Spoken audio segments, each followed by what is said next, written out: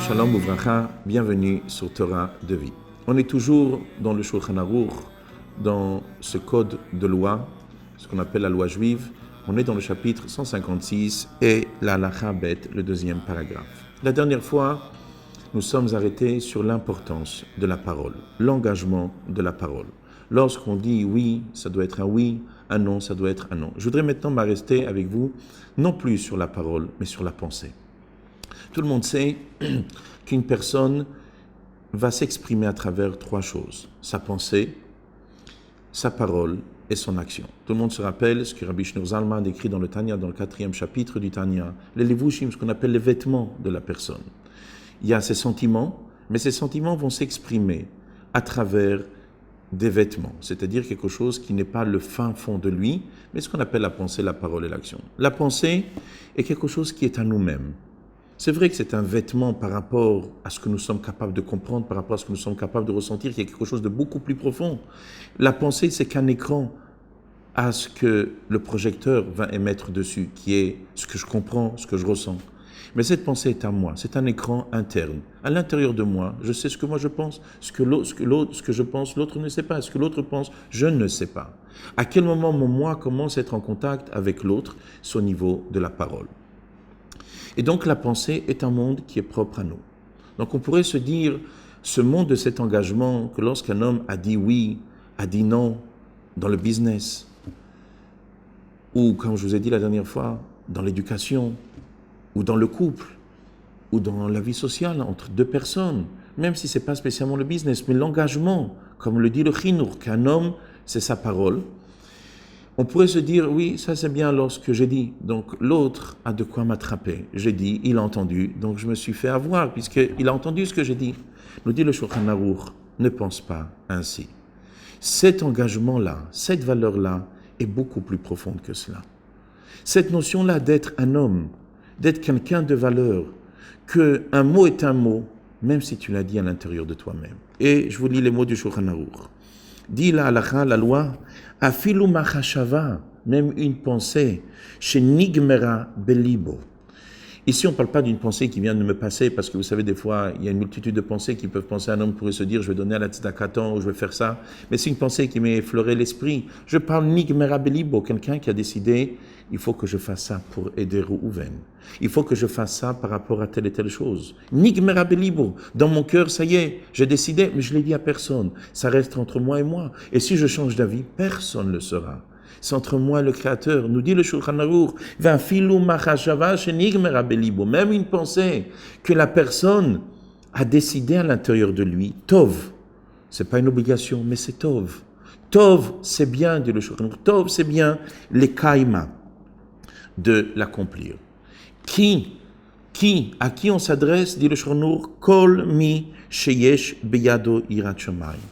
Toute personne qui a la crainte du ciel, toute personne qui a la crainte du ciel, c'est bien qu'il accomplisse ce qu'il a pensé. Une décision qu'il a prise à l'intérieur de lui, c'est bien qu'il accomplisse.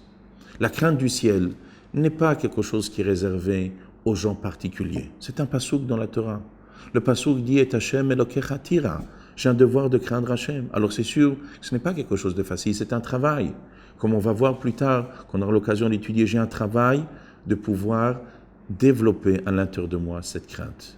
Et comme tout le monde se rappelle ce que le Zohar dit, la crainte du ciel, l'amour d'Hachem, la crainte de Dieu, sans ces deux éléments, notre Torah et mitzvot, l'accomplissement des bonnes actions que nous accomplissons, où l'étude de la Torah ne peut pas monter dans le ciel, comme dit le Zohar, ce sont deux ailes, Tren, Gad, Fin.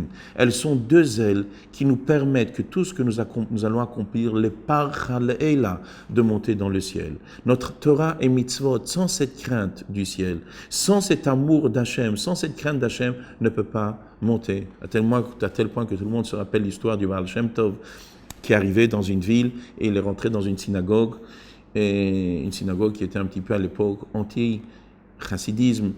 Et il a dit, dans cette synagogue, il y a beaucoup de Torah et beaucoup de mitzvot. Les gens étaient très contents Mais le Baal Shem Tov a expliqué le sens profond de cela, c'est que malheureusement, comme la crainte d'Hachem n'est pas là, comme l'amour d'Hachem n'est pas là, ses ailes ne sont pas là, alors la Torah et Mitzvot reste ici. Pour que notre Torah et Mitzvot monte, il faut la crainte d'Hachem et l'amour d'Hachem. Donc nous dit le Shulchan Aruch, celui qui a la crainte d'Hachem, sa pensée, tu t'es engagé, fais-le. Donc quoi nous dit le Shulchan Aruch? Avant, chez Neymar, comme dit le Pasuk, David Ameller dit dans les Teilim, Vedover Emet Bilvavo. Il parle Emet dans son cœur. Quel rapport Emet?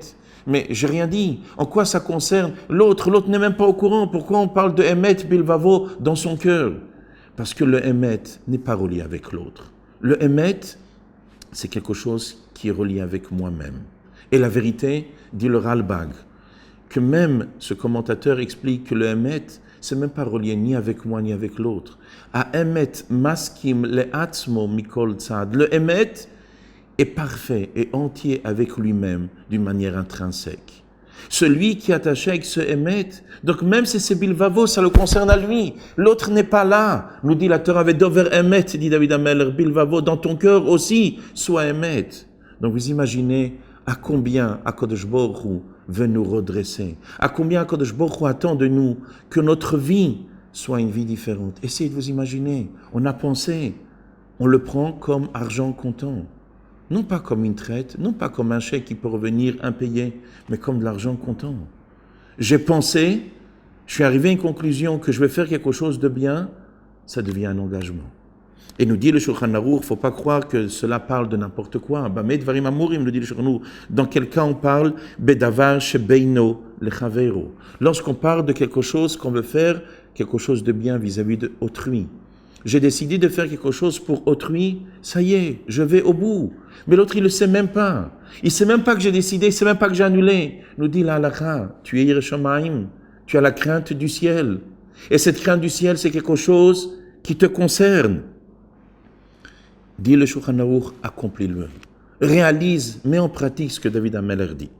Aval bidivrei atzmo. Mais si c'est quelque chose pour toi-même, quelque chose qui te concerne, tu t'es engagé de t'acheter un costume, tu t'es engagé de t'acheter une paire de chaussures, tu t'es engagé de t'acheter une voiture, ça, c'est pas la fin du monde. Mitzrachav de ses besoins,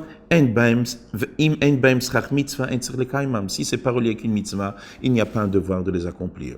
Donc lorsque quelqu'un fait quelque chose qui concerne autrui, une bonne pensée, tu as bien pensé, va jusqu'au bout.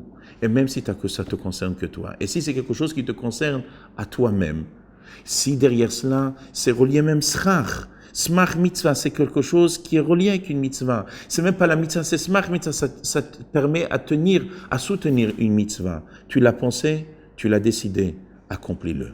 Alors essayez de vous imaginer ce monde merveilleux.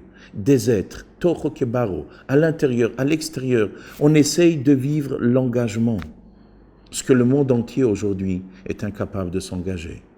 On est capable de dire, et officiellement de s'engager, mais derrière ça, il n'y a rien. Nous dit la Torah, je ne te parle pas de ce que tu as dit.